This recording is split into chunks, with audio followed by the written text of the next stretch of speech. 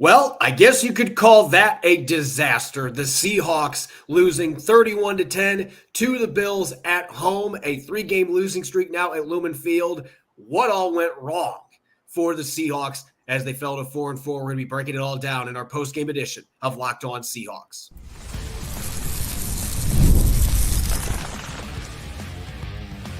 You are Locked On Seahawks, your daily Seattle Seahawks podcast. Part of the Locked On Podcast Network, your team every day. Greetings, 12. This is Corbin Smith, the host of the Locked On Seahawks podcast, your daily Seahawks podcast, part of the Locked On Podcast Network, your team every day. Glad to be joined here on our post-game show by my co-host, Connor Benintendi, and a special thanks to all the 12s out there tuning in, whether you're nearby Bellevue, Washington, or down in Omaha, Nebraska. We greatly appreciate each and every one of you for making Locked On Seahawks your first listen 5 days a week. Unfortunately, the Seahawks not able to start a new winning streak. It stops at 1, and there really was never any doubt today with the Buffalo Bills coming in and stampeding the Seahawks 31-10. And there were times in the second half where it felt like it was more lopsided than what that score would suggest. Everything just unraveled after halftime in this game. And Connor, it was one of those contests where if the Seahawks could have had a few of the miscues that went against them, their self-inflicted wounds in the first half go differently, we might be having a much different conversation, but it just seemed like after 2 blown golden red zone opportunities in the first half that the Seahawks were not able to rebound from those mistakes. You already have little margin for error when you're playing a team as good as the Buffalo Bills. And honestly, this game was about 2 things. It was those mistakes that were made in the first half, and it was about the continued struggles defending the run on defense. Same issues we've seen all season long. You combine those 2 things, that's what ends up happening when you have a good football team come to town. You get your butt beat. Yeah, and like you mentioned, Corbin, it did feel like the actual margin between the 2 teams was much bigger than 21 points, and it was for most of the game. The Seattle essentially got a garbage time touchdown there late in the fourth quarter. Zach Charbonnet gets in from a yard out, which before that it's 31-3. It's essentially a complete blowout. Corbin, before that touchdown drive at the end of the game, the Bills were outgaining Seattle 409-141 in this game. I mean, whenever you look at it, they still almost doubled up Seattle even after the long touchdown drive. But Corbin, the thing that's so frustrating about it feels like every single one of Seattle's losses this year is that it's not that the other teams are beating them. It feels like Seattle is just losing these games. They're shooting themselves in the foot. The players have talked about it multiple times. It's the self-inflicted wounds that are holding this team back. And when you have DK Metcalf, who entered this week 8 particularly, as the 4th leading receiver in the NFL, and you can't run he's out, and you can't run the football. Your running backs have 12 carries for 16 yards. It's really, really hard to win football games like this. And to your point as well, Corbin, you can't defend the run. Seattle has allowed at least 150 rushing yards in 5 of their 8 games this year. They're 2-4 in those games.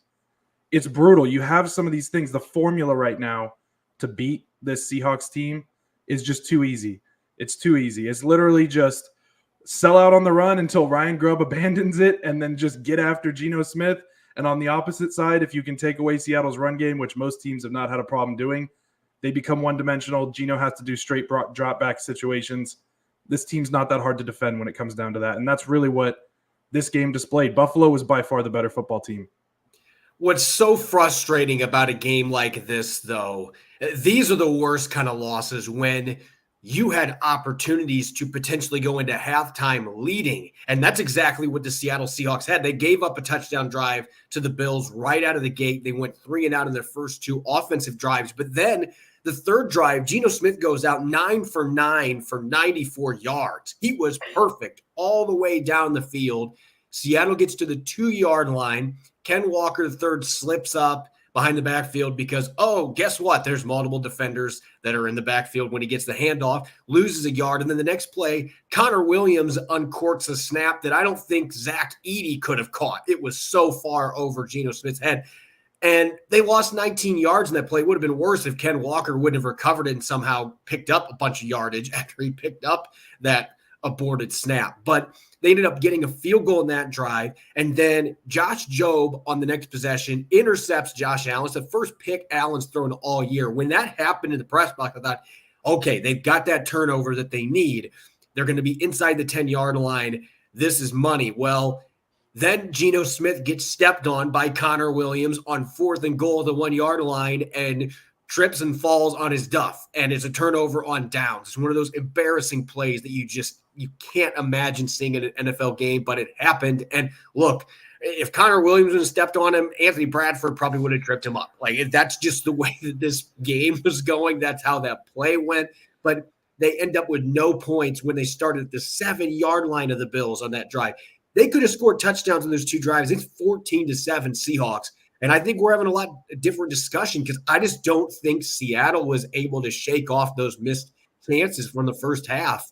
And then the Bills end up turning what probably should have been a field goal at most into a touchdown at the end of the half because of a Derek Hall roughing the passer penalty that never should have happened. You got to play with more discipline than that. Again, it's discipline, lack of preparation, and it's these self-inflicted mistakes. But look, Geno Smith did not play great today, and I'm going to sit here and tell you these big games he's got to elevate his game. But look, there's not a quarterback in the NFL that would have caught that snap that went over his head.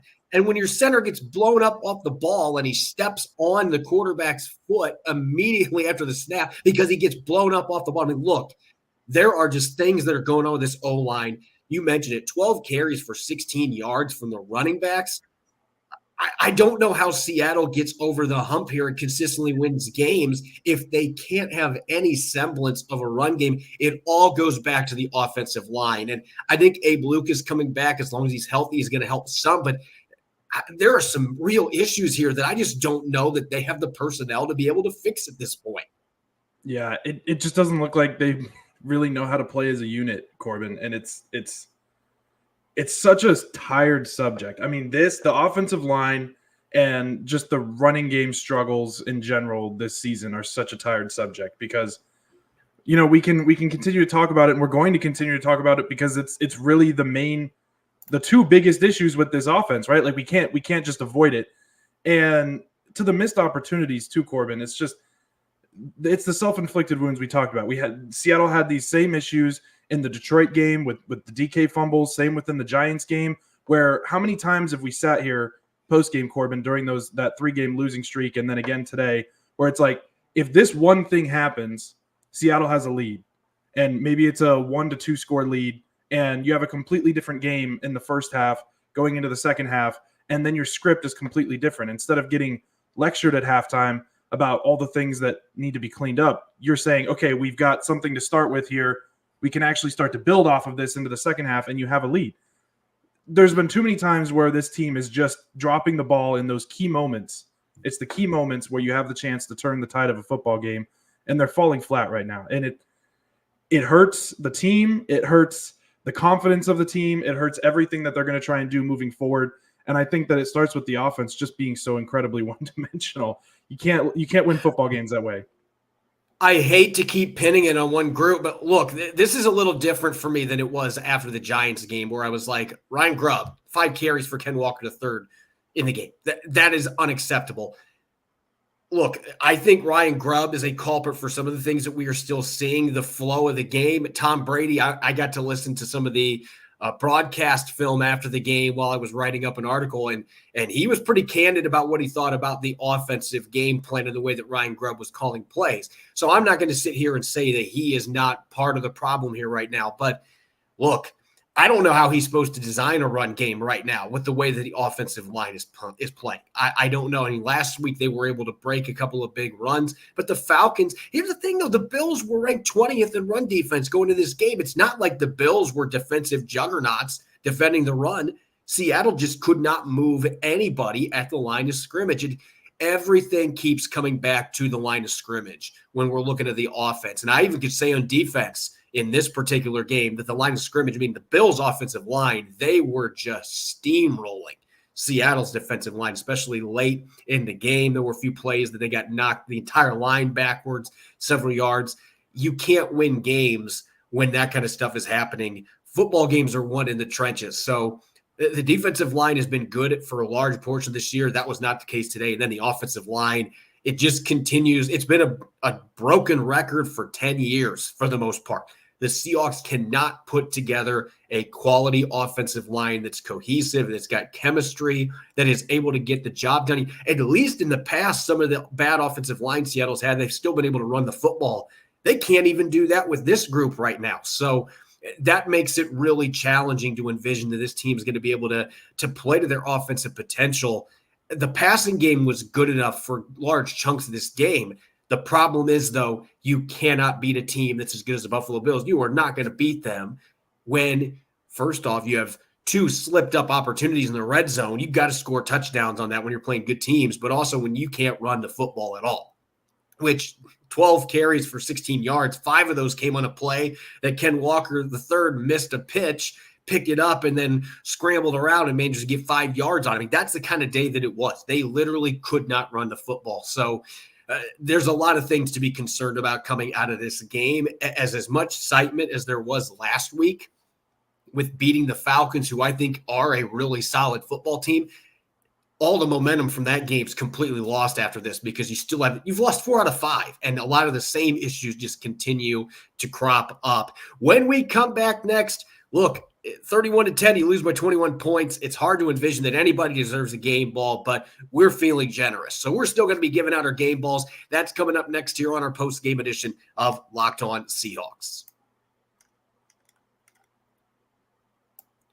This episode is brought your way by FanDuel. We're now at the midway point of the NFL season. You could still get a big return on FanDuel, America's #1 sportsbook. When you get a hunch in the middle of the game, you can check out the latest stats, view live play-by-play from across the league, and so much more on the same page where you place your bets. You'll get started with $200 in bonus bets guaranteed when you place your first $5 bet.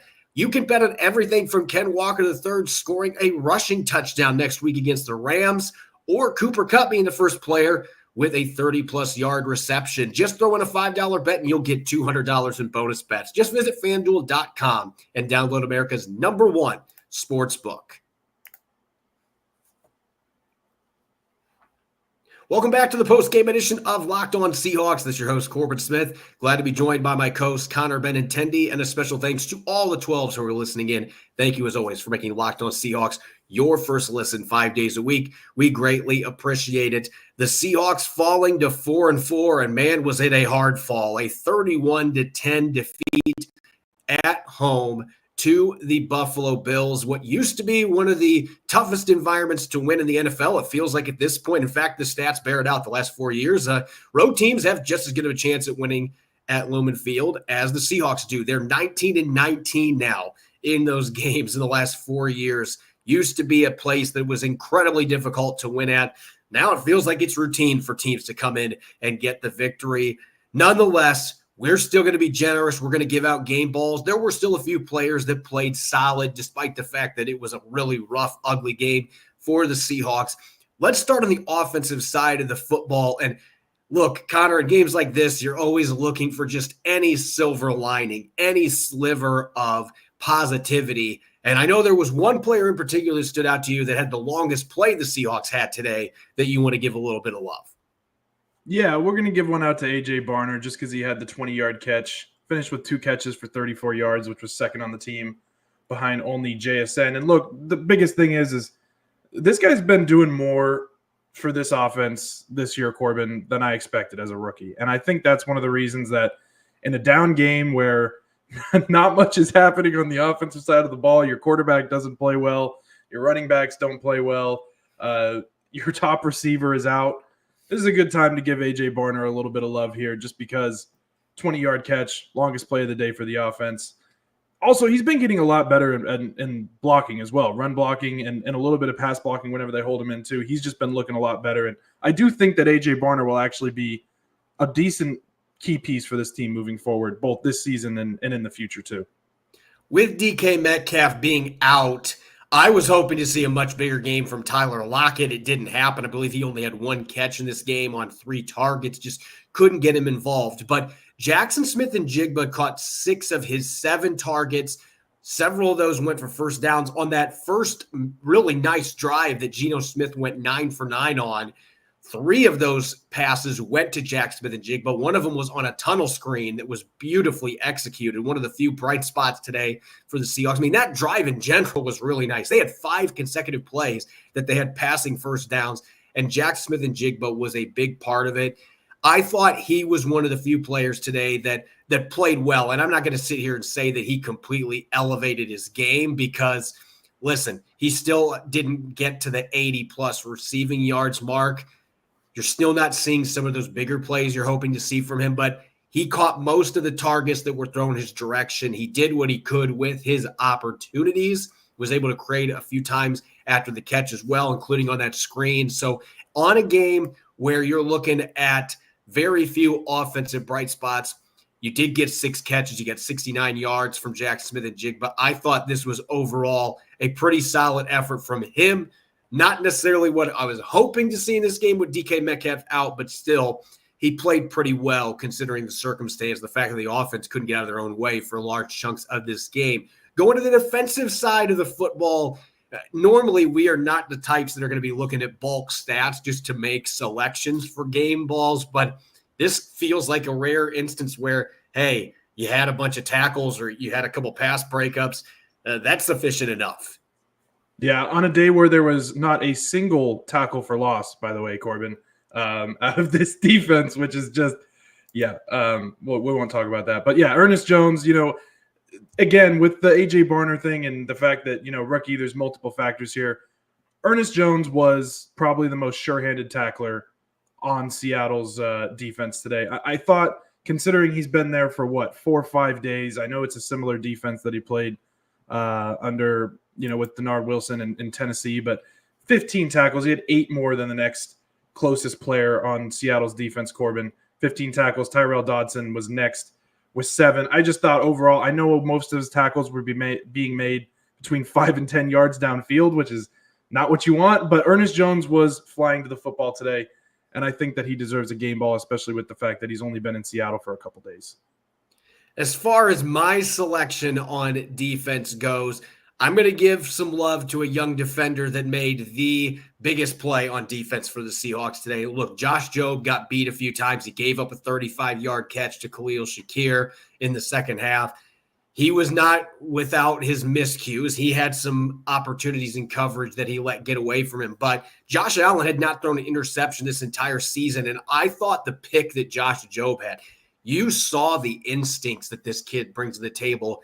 He was all over that quick slant, and he jumped it in front of Amari Cooper, picks it off, and then after the interception ability, he was able to make a few guys miss, and I, for a brief second, thought he was going to take it all the way back to the house, and now in retrospect, really wish he would have been able to return that for a touchdown since the Seahawks could not get any points after he returned it 40 yards down to the 7-yard line. But that was still a really impressive play by Josh Jobe. And I just like what we're seeing from him. And you have to have short-term memory when you're a cornerback. You're going to give up some plays. And I've seen that from this kid. He doesn't look like he gets rattled if he gives up a big play, and he comes back. He had 7 tackles today. He actually had a couple really nice tackles on the outside.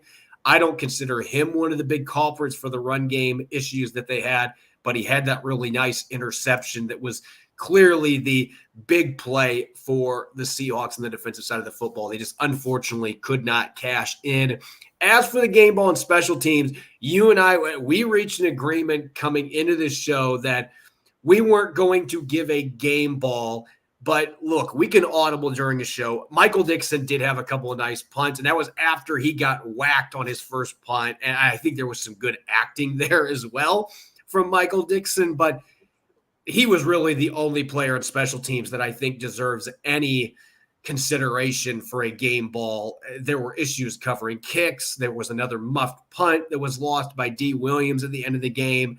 Laviska Shenault had a kick return where he got absolutely rocked. The blocking was not there. It's hard to find positives on special teams at all in this game, but Michael Dixon did have a couple nice punts. Yeah, I think he averaged like 61 yards a punt, which is really solid. He had a long of 68. He had 2 inside the 20.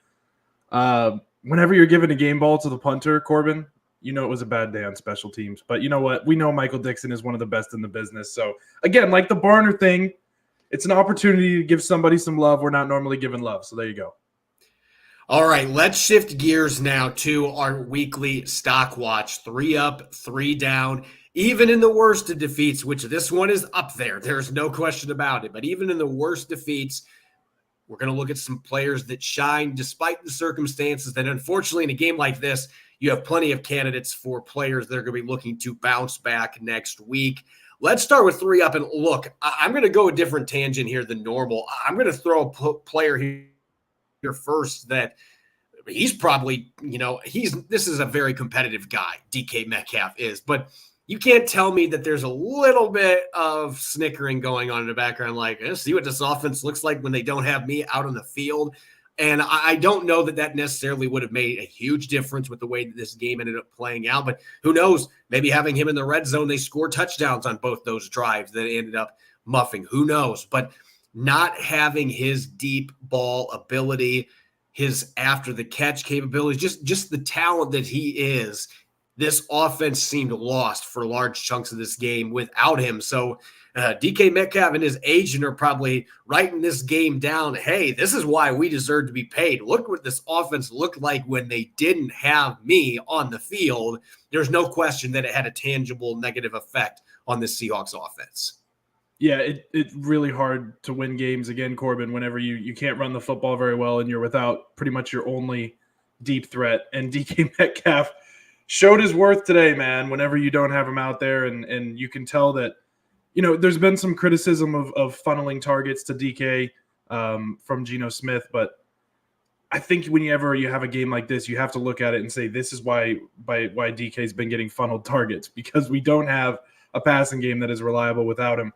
Outside of that, though, Zach Charbonnet, I really liked why you put him here, Corbin, because I do think that the effort that Zach Charbonnet showed in this game with all of the run game struggles that this team was having, I thought he just showed some heart. I mean, there was one of those plays down near the goal line where he was carrying, it looked like 6 to 8 Bills defenders on his back, essentially, as he was trying to bull his way into the end zone. He didn't quite get there on that particular play, but it's just one of those things, man, where this guy, he always shows his heart. He's always running hard no matter what's happening. And again, we can't put that much Kenneth Walker is one of the best off-script running backs we've ever seen. And this guy still finished with, what was it? It was 9 carries for 12 yards. Zach finished with 3 carries for 4 yards. It's not on the running backs. And Zach showed a lot of heart today. So he deserves to be on this list. I am very curious to see the Pro Football Focus yards after contact numbers, because this could be one of those where Charbonnet had 3 carries for 4 yards, but there's 12 or 13 yards after contact, because, these guys were getting ambushed in the backfield. This is not a case where, the run blocking was iffy. No, it was horrific. It fit the season. This was a nightmare offensive line performance. There's no question about it. But I liked the heart that Zach Charbonnet showed. There was a catch late in the game when he ended up scoring from 1 yard out on that drive to make it look a little closer than it actually was. But he had a catch on that drive that he turned upfield and dragged some guys. You actually hear the crowd get excited, like, oh my gosh, somebody is still really playing hard here. So I felt like with the effort that he deserved to be on this list. And for a second week in a row, last week he got a game ball, but I'm going to list him here on the 3 up. Kobe Bryant. Look, he got beat in the end zone by Dalton Kincaid, so he gave up a touchdown. But the reason I've got him on 3 up is he did swat away a pass from Kincaid in the end zone. He made a couple really nice tackles in the run game. You're still seeing a lot more positives than those few negatives from a player that's really developing at the safety position. So I felt like Kobe Bryant was one of the 3 that really deserved to get some kudos coming out of this game. At least they're getting some production from their reserves that are subbing in the secondary. Yeah, I've actually felt pretty good about having Kobe Bryant back there. I'm not going to lie. There's a couple plays where he came flying across the field, and even if he missed the tackle, the effort was there. He's still flashing. I think this is a guy who, has been maligned throughout his career for certain coverage breakdowns and his coverage skills in particular, but I think he's really shined since he moved to safety this season. And even in a game where there was so many lowlights, I think that Kobe Bryant's really one of those guys that you kind of have to look at and say, okay, there's still some things that we can build on here moving forward. So happy to see that. Okay, let's switch gears now. When you have a game like this, 3 down, this is one of those you're just happy you're not on the list. You're breathing a sigh of relief because there's a bunch of guys who could have been on this list. But unfortunately, every game that has a win-loss, when it's a 21-plus point defeat or whatever, there's got to be some goats that really played poorly that you have to highlight. And look, Connor Williams, give him credit. He was holding himself accountable after the game about his snap, about stepping on Geno Smith's foot on those 2 crucial plays in the red zone.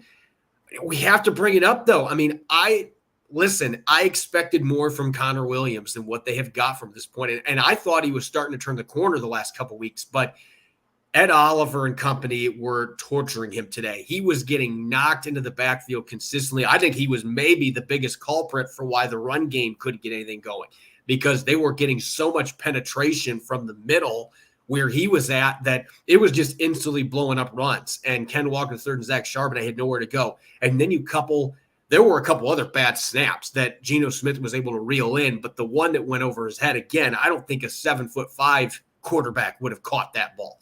And then you had the stepping on Geno Smith's foot.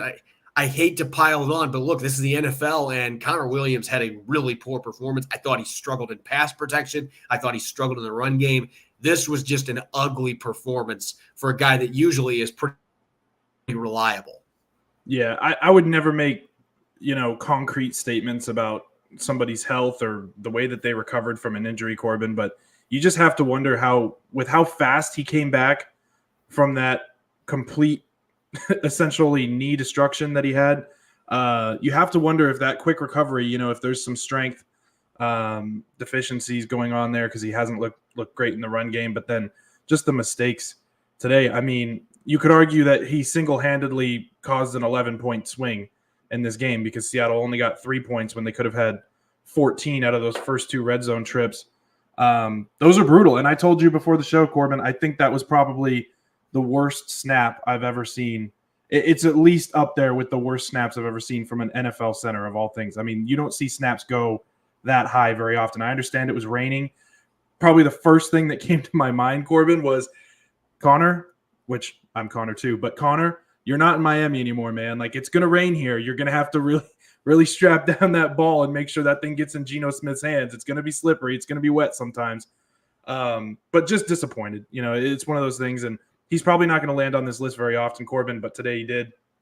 Flipping sides to the defensive side of the ball, you got Derek Hall, and I'll go on record by saying on our predictions for Seahawks on SI, Corbin, I had Derek Hall as my potential pick to click in this game, and I really thought that he could potentially take this thing over and make it one of his hallmark games, just in terms of contributing a huge breakout performance. And he's been consistent all season long. Obviously, he was the sack leader coming into the game for this team, but he's never really taken over a game yet. And I really would have liked to see that out of Derek Hall today. Instead, he has that huge, just crushing roughing the passer call on Josh Allen.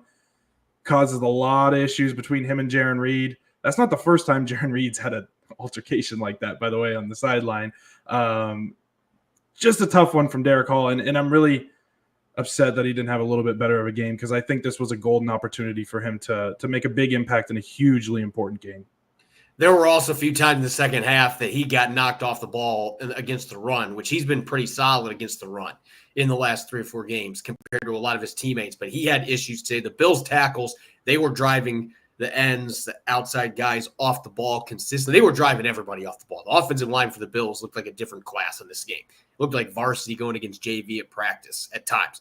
And so you couple that with the fact that really I can't remember any other pressures that Derek Hall had in this game aside from the one that he got penalized on. And Jarran Reed, he had good reason to be upset there. I mean, that is one where you have to be smart and understand the ball has been out for a split second already. I can't go up and hit him, especially helmet to helmet. You can't do something like that. You have to be more disciplined. So I think that was a veteran trying to get some accountability from a younger player. Like, you cannot make mistakes like that. You got to use your head. Not literally. You got to use your head, though, on a play like that.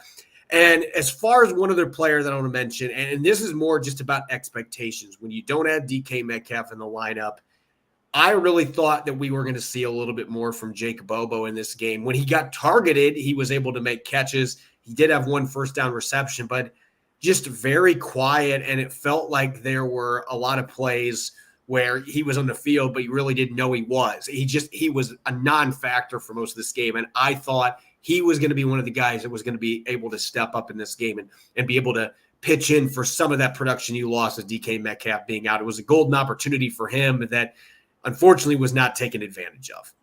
Yeah, that's exactly what it is, Corbin. It's just the expectation of, look, Bobo had an opportunity. DK Metcalf goes out. You need another true X receiver, hopefully, to fill in. And Bobo just wasn't really there. I think it's so frustrating whenever we talk about Jake Bobo because every single preseason, last year and this year, we get so excited about the plays that Jake Bobo's making in training camp, the plays he's making in preseason. And then again, we come to a game like this where this could be the Bobo game. He could step up. He could have a big game with, the leading receiver out, and he's pretty much silent. So it's really the disappointment and not having the kind of game that he could have had. But look, there was pretty much blanket coverage most of the game on Seattle's receivers. So you can't fully blame him for that. But at the end of the day, there just wasn't much happening with Bobo today.